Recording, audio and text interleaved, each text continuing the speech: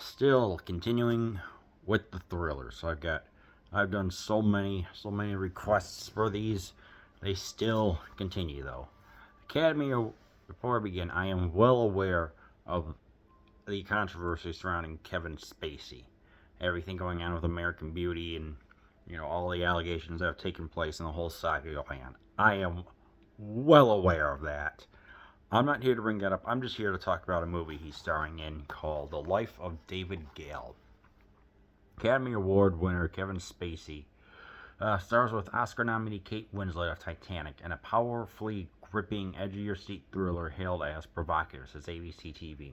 An electrifying, suspenseful journey into deadly conspiracy and murderous deception begins when a respected professor who may or may not be guilty is charged with a brutal crime. The Life of David Gale is a brilliantly unpredicted thriller which builds relentlessly to a shocking final twist guaranteed to blow you away. 2 hours, 11 minutes. Heart pounding until its shocking, mind blowing conclusion, says Clay Smith of Access Hollywood. And thumbs up, says Richard Roper, Roger, and Ebert. Ebert and Roper, whatever. Let's see. Yeah. I liked this one. This one is 100% against the the death penalty in Texas, and it really does hammer the point home. I think that that this one is pretty good overall. It's pretty good, but of all the ones that I've sampled, this one's probably the weakest. I don't know.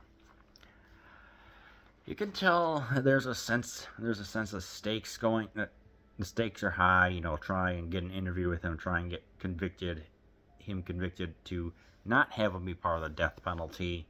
And these people are doing. And these two reporters are doing everything that they can. They will even go as far as to interview him and everything. It's like, hey, yeah, we're going to give him some time to interview him and get his perspective on everything. And it's like, okay, I like this. I would like to see a very in-depth interview about it. And it's like, yeah, that's part of it.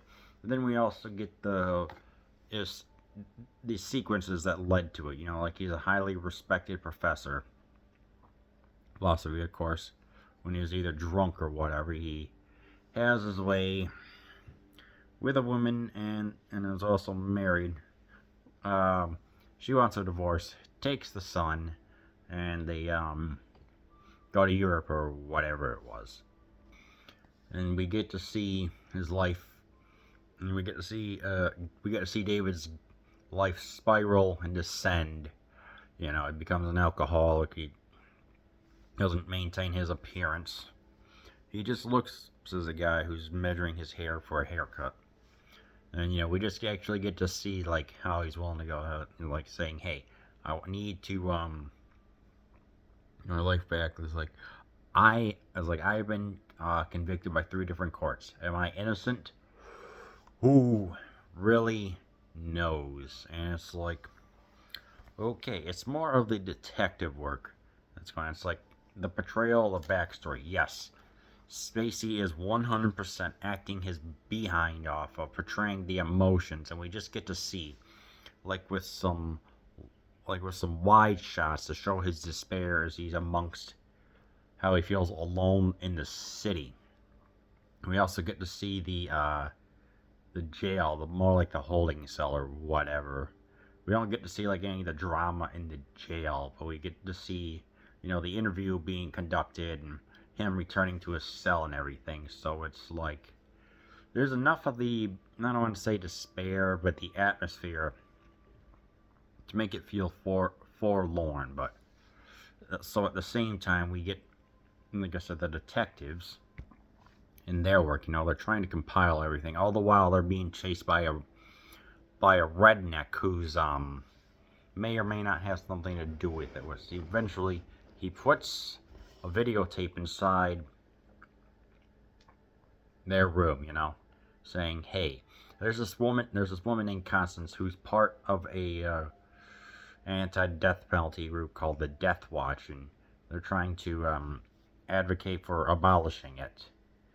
And it's like, so it's like we get to see Constance, who has a, is like we get to see her nude, and she's she's like trying to commit.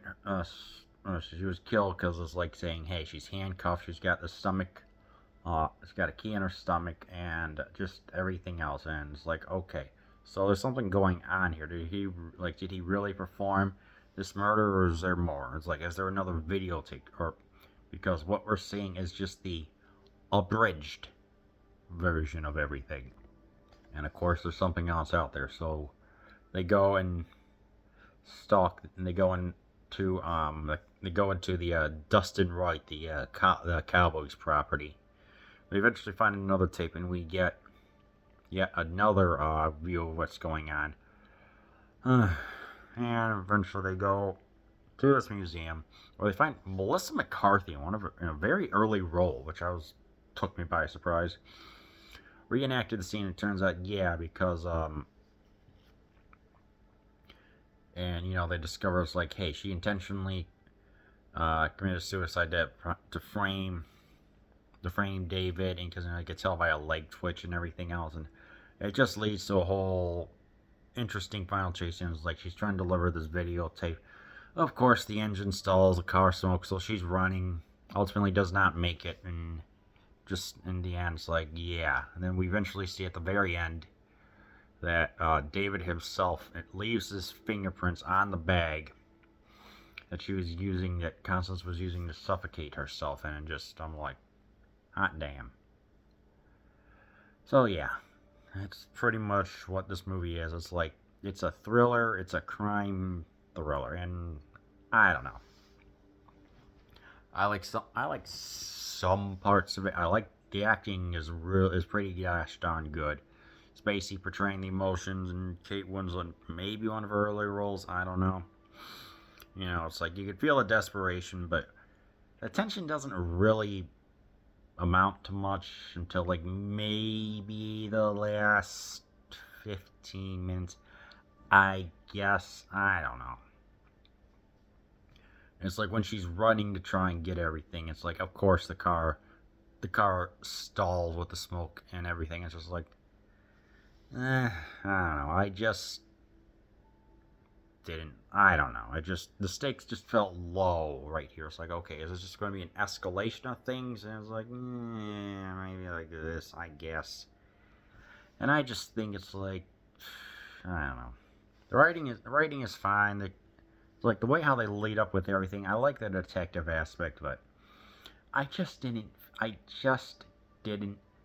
feel the stakes. And yes, the ending is pretty good. The ending, I guess you could tell was coming, but I don't know. Maybe I'm just missing something about this movie. It's like it's got a 19% of the critics on Rotten Tomatoes, and I don't know, like a 7.5 or something on the IMDb, which is still a good score. Don't get me wrong, this is still a good movie, but it just lacks the stakes and tensions. I'm like, yeah, obviously, maybe if we got some more of like the emotions of what Gale is feeling, where he gives at least something to state, I would probably feel it. But it just feels like it's hollow, man. The emotional last 15 minutes it just felt so cliched. I'm just like, I just don't like it. During one scene, there was actually like when they were filming at like a restaurant or something like that. There was like a storm or some extreme weather, and the cast and crew had to hide underneath tables. So I found that to be a very interesting piece of trivia. So I don't know. Ultimately, how do I feel about Life of David Gale? Not really heart pounding.